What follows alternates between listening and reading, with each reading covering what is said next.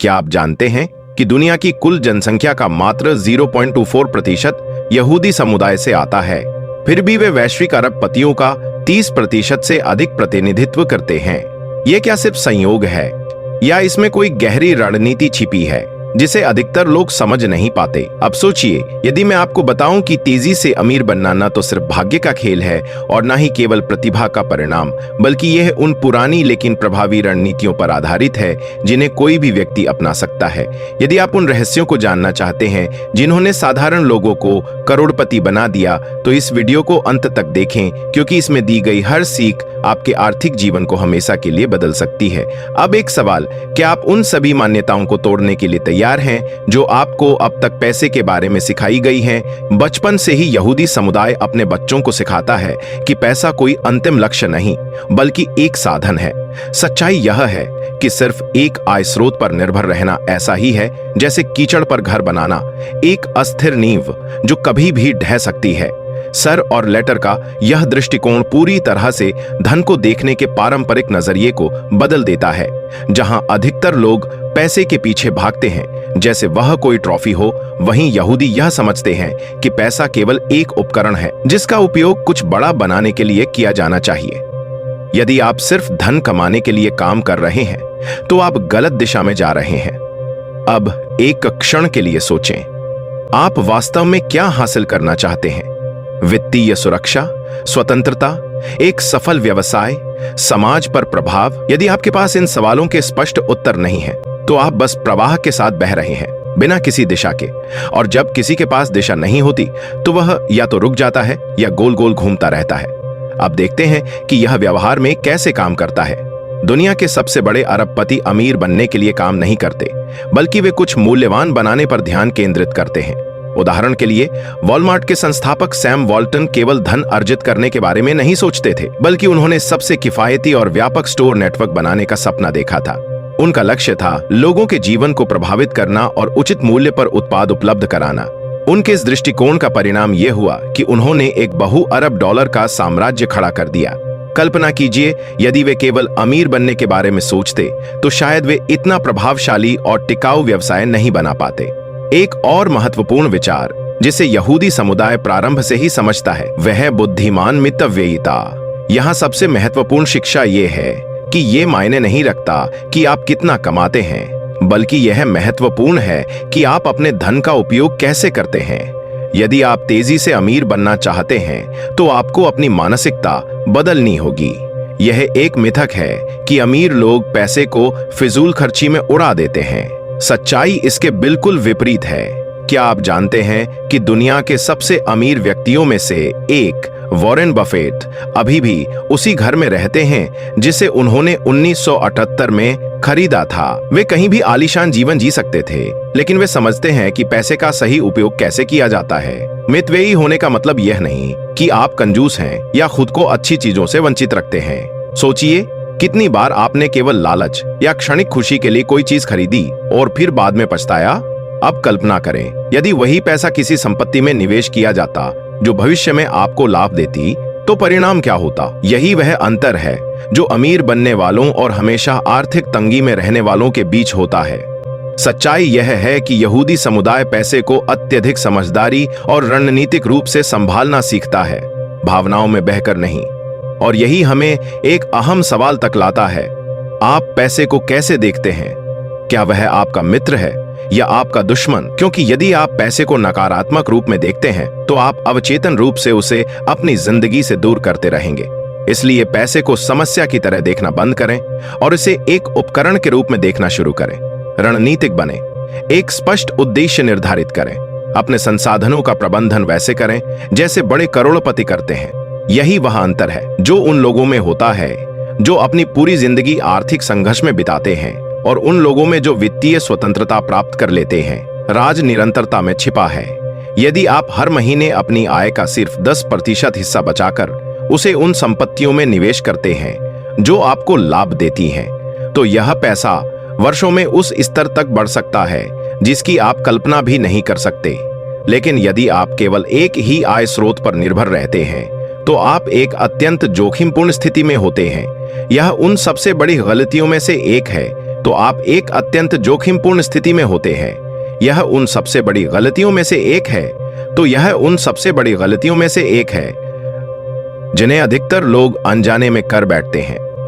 आपके पास भले ही एक शानदार वेतन हो, लेकिन सोचिए क्या होगा यदि आपकी कंपनी अचानक लागत में कटौती करने का फैसला कर ले, या यदि कोई अप्रत्याशित घटना आपकी वित्तीय स्थिति को पूरी तरह से बदल दे। यही कारण है कि यहूदी समुदाय बचपन से ही यह सीखता है कि आय के विभिन्न स्रोत विकसित करना कितना महत्वपूर्ण है। वे हमेशा अपनी आय के साधनों में विविधता लाने की कोशिश करते हैं ताकि वे किसी एक स्रोत पर निर्भर न रहें। तो अब सवाल यह है, क्या आप इन रहस्यों को अपनाकर अपनी वित्तीय स्थिति बदलने के लिए तैयार हैं? अब एक क्षण के लिए सोचिए, आज आपके पास पैसे कमाने के कितने विकल्प हैं? यदि आपका उत्तर केवल एक है, तो आप एक बड़े जोखिम का सामना कर रहे हैं। वित्तीय स्थिरता और समृद्धि का असली रहस्य एक से अधिक आय स्रोतों का निर्माण करना है। यह निवेश, समानांतर व्यवसायों या उन कौशलों के माध्यम से हो सकता है जिन्हें आप पहले से जानते हैं और उन्हें प्रभावी रूप से मुद्रीकृत कर सकते हैं। एक वास्तविक उदाहरण लेते हैं, जेफ बेजोस। क्या वह दुनिया के सबसे अमीर व्यक्तियों में से एक इसलिए बने क्योंकि उनके पास एक अच्छी नौकरी थी? नहीं, उन्होंने अपनी यात्रा एक छोटे समानांतर व्यवसाय से शुरू की जो इंटरनेट पर किताबें बेचता था। समय के साथ उन्होंने इसे विस्तार दिया और इसे एक वैश्विक साम्राज्य में बदल दिया। अगर वे केवल एक स्थिर नौकरी में बने रहते तो शायद वे वहां कभी नहीं पहुंच पाते जहां वे आज हैं। यही विविधीकरण की असली ताकत है। विविधीकरण से आगे बढ़ते हुए एक और महत्वपूर्ण रहस्य है जिसे बहुत कम लोग समझते हैं। पैसा संबंधों के माध्यम से बहता है। यह केवल इस बारे में नहीं है कि आप क्या जानते हैं, बल्कि यह भी महत्वपूर्ण है कि आप किसे जानते हैं। यदि आप कर्ज में हैं, तो इसका समाधान है कि आप इसे रणनीतिक रूप से कैसे चुकता करें। असली रहस्य यह नहीं है कि आप एक ही बार में सब कुछ सीख जाएं, बल्कि यह है कि आप धीरे धीरे अपने ज्ञान का निर्माण करें। संबंध ही नए अवसरों, निवेश के अवसरों और रणनीतिक साझेदारियों की कुंजी हैं। आपने कितनी बार देखा है कि किसी ने एक शानदार नौकरी पाई या कोई बड़ी डील सिर्फ इसलिए बंद की क्योंकि वह सही लोगों के नेटवर्क में था? यह केवल संयोग नहीं है। अब मैं आपसे पूछता हूं, केवल सही लोगों को न जानने के कारण आपने कितने अवसर खो दिए हैं?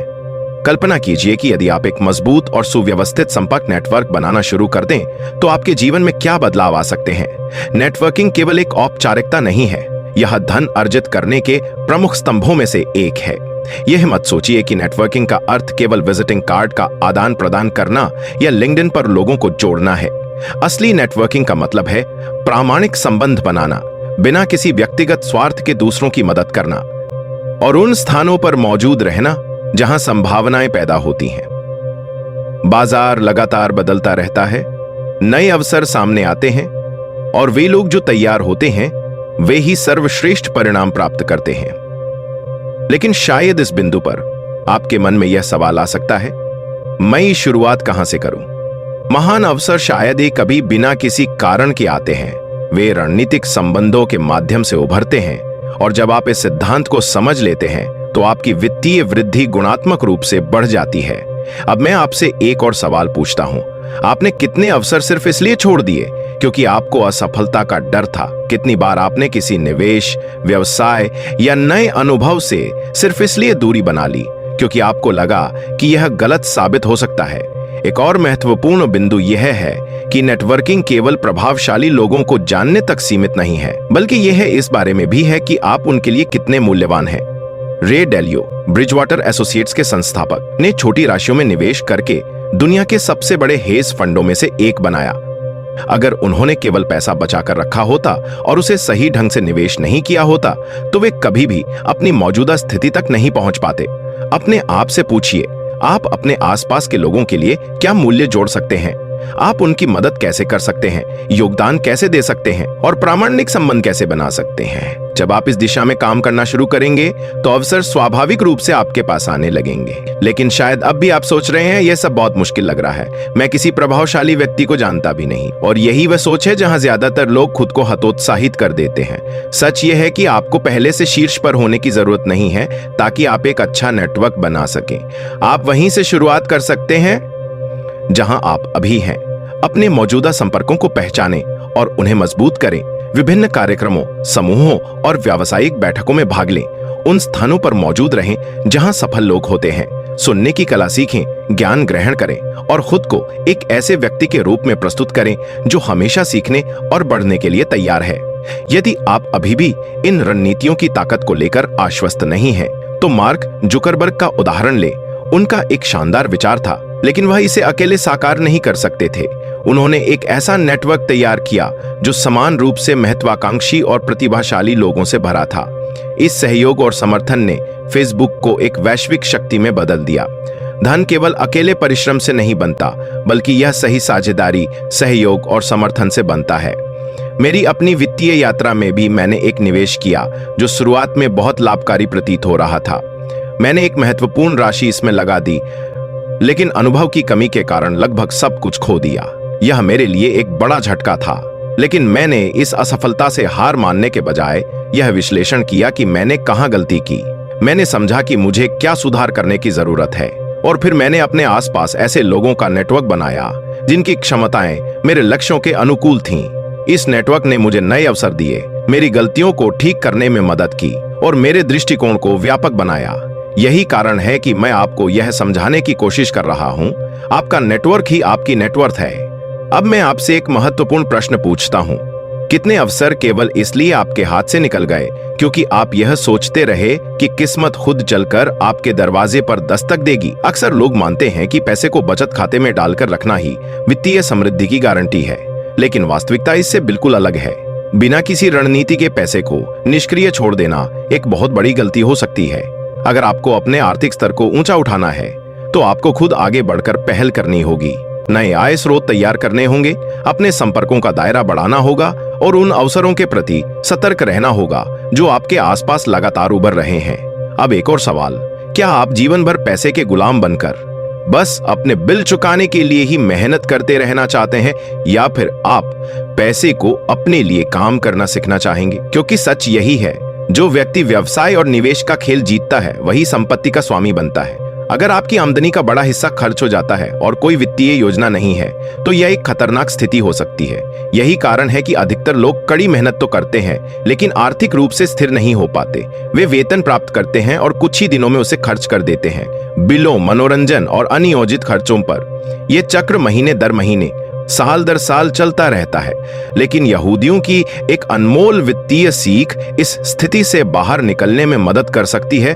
पैसे को आपके लिए काम करना चाहिए, न कि इसके विपरीत। अक्सर लोग यह सोचते हैं कि अधिक पैसे कमाने के लिए उन्हें अधिक घंटे काम करना होगा, अधिक शारीरिक परिश्रम करना होगा या अधिक जिम्मेदारियां लेनी होंगी। लेकिन यह सोचने का एक सीमित दृष्टिकोण है। असल में आर्थिक समृद्धि का असली रहस्य यह है कि आप पैसे को इस तरह से व्यवस्थित करें कि वह अपने आप अधिक पैसा उत्पन्न करे, बिना आपकी निरंतर सक्रिय भागीदारी के।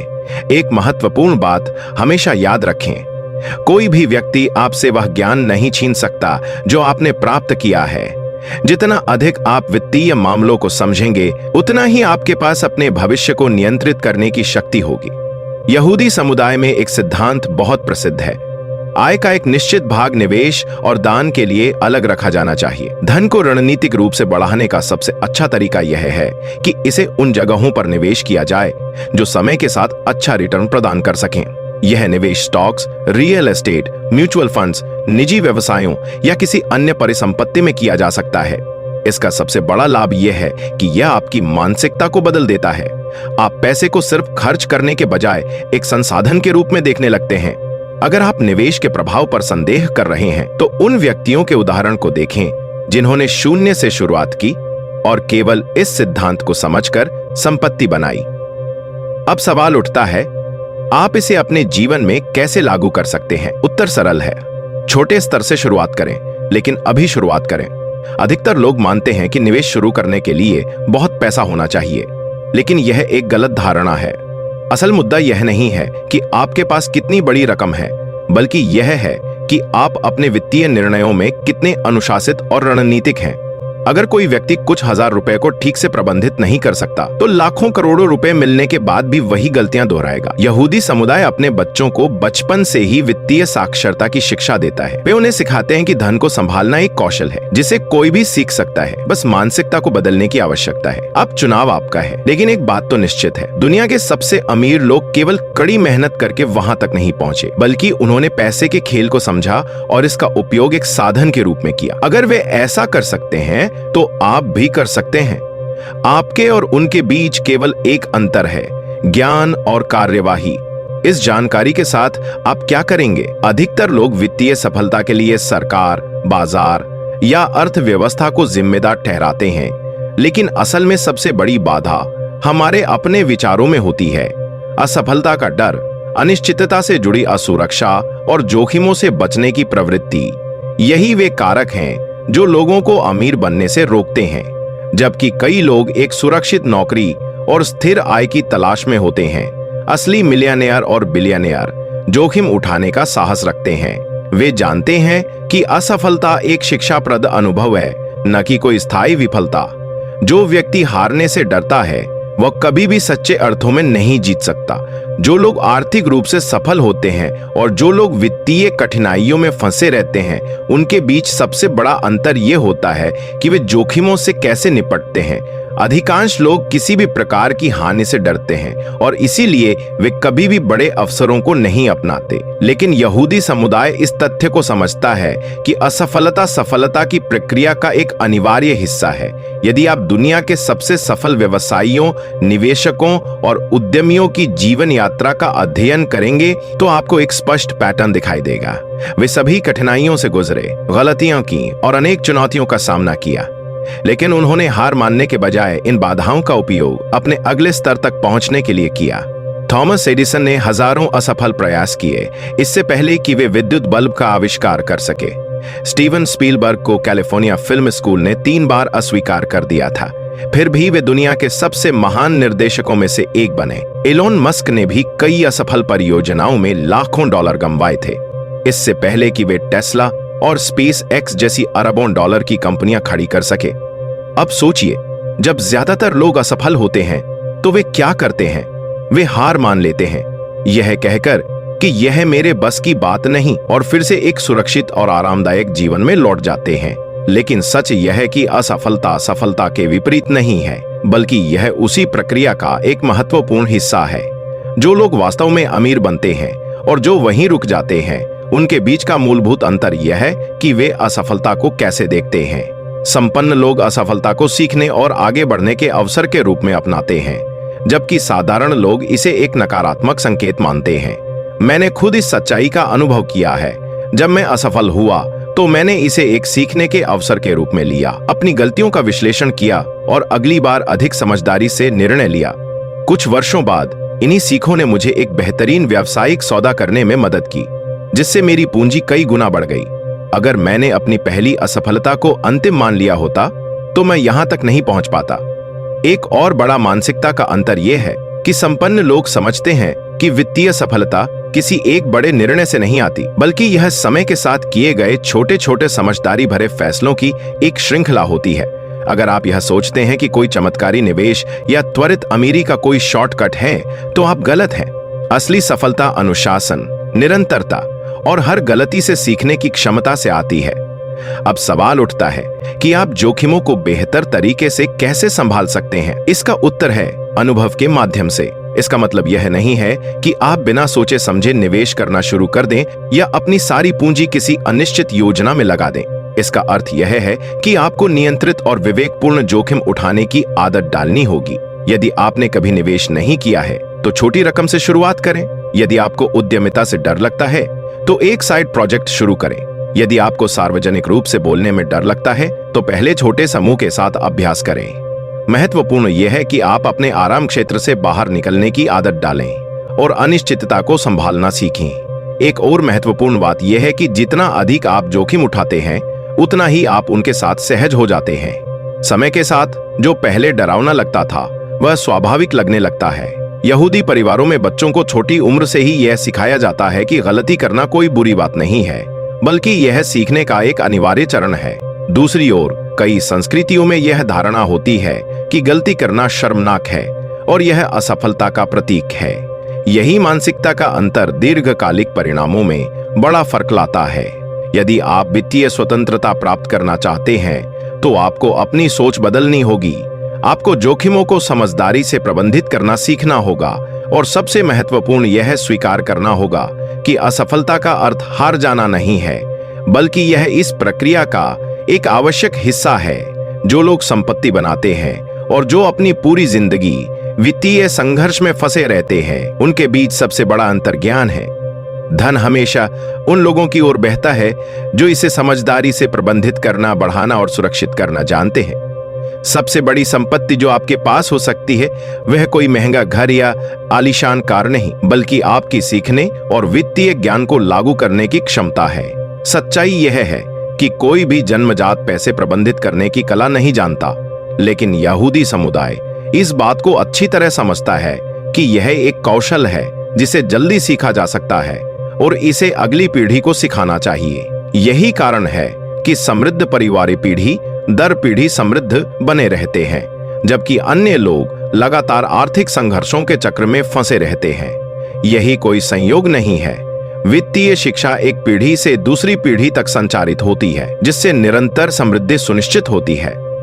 अब मैं आपसे पूछता हूं, आप अपने सप्ताह में कितनी देर पैसे के बारे में सीखने के लिए समर्पित करते हैं? यदि आपका उत्तर 1 भी घंटा नहीं है, तो इसे तुरंत बदलने की जरूरत है। अमीरों और गरीबों के बीच असली अंतर यह नहीं है कि उनके पास कितना पैसा है, बल्कि यह है कि वे अपने पैसे के साथ क्या करते हैं। आपकी वित्तीय स्थिति को बदलने की कुंजी लगातार वित्तीय शिक्षा प्राप्त करने और उसे लागू करने में है। क्या आपने कभी सोचा है कि दुनिया की सबसे ज्यादा बिकने वाली किताबें वित्तीय शिक्षा पर आधारित क्यों होती हैं? क्योंकि जो लोग इसकी महत्वता समझते हैं वे इसे सीखने और लागू करने के लिए प्रतिबद्ध होते हैं। फर्क केवल किस्मत का नहीं होता, बल्कि यह इस बात पर निर्भर करता है कि आप क्या जानते हैं और क्या अपनाते हैं। लेकिन केवल वित्तीय ज्ञान प्राप्त कर लेना ही पर्याप्त नहीं है। सिर्फ धन संबंधी किताबें पढ़ना, निवेश पर वीडियो देखना या वित्तीय रूप से सफल लोगों को फॉलो करना तब तक व्यर्थ है जब तक आप इसे अपने जीवन में लागू नहीं करते। हमें अपनी वित्तीय आदतों को लगातार सुधारते रहना होगा। शुरुआत करें। यदि आपके पास अभी तक एक वित्तीय बजट नहीं है तो आज ही बनाएं।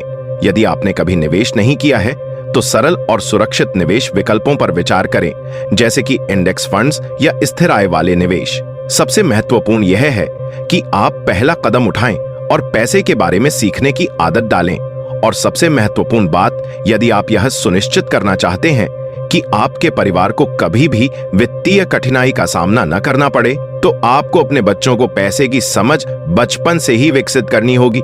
यदि अगली पीढ़ी को वित्तीय निर्णय लेने की समझ नहीं होगी तो आपकी संचित संपत्ति ज्यादा समय तक नहीं टिकेगी। यही कारण है कि यहूदी परिवारों में बच्चों को निवेश, उद्यमिता और धन प्रबंधन की शिक्षा छोटी उम्र से ही दी जाती है। कोई फर्क नहीं पड़ता कि आपकी वर्तमान आर्थिक स्थिति क्या है। वित्तीय शिक्षा एक ऐसा ज्ञान है जो किसी भी व्यक्ति के जीवन को पूरी तरह बदल सकता है, लेकिन इसका लाभ उठाने का केवल एक ही तरीका है। आपको इसे सीखने और उसे लागू करने का निर्णय लेना होगा। अब आप क्या करने जा रहे हैं? क्या आप इस ज्ञान को नजरअंदाज करके पहले की तरह जीवन जीते रहेंगे, या फिर आप अपनी वित्तीय भविष्य का नियंत्रण अपने हाथों में लेंगे? निर्णय आपका है, लेकिन कार्यवाही का समय अभी है। यदि आप इस मुकाम तक पहुंचे हैं तो इसका मतलब है कि आप अपने विकास के प्रति प्रतिबद्ध हैं। लेकिन यह सफर अभी खत्म नहीं हुआ है। स्क्रीन पर दिख रहे अगले वीडियो पर क्लिक करें और अपनी वित्तीय स्वतंत्रता की यात्रा को जारी रखें। मैं वहां आपका इंतजार कर रहा हूं।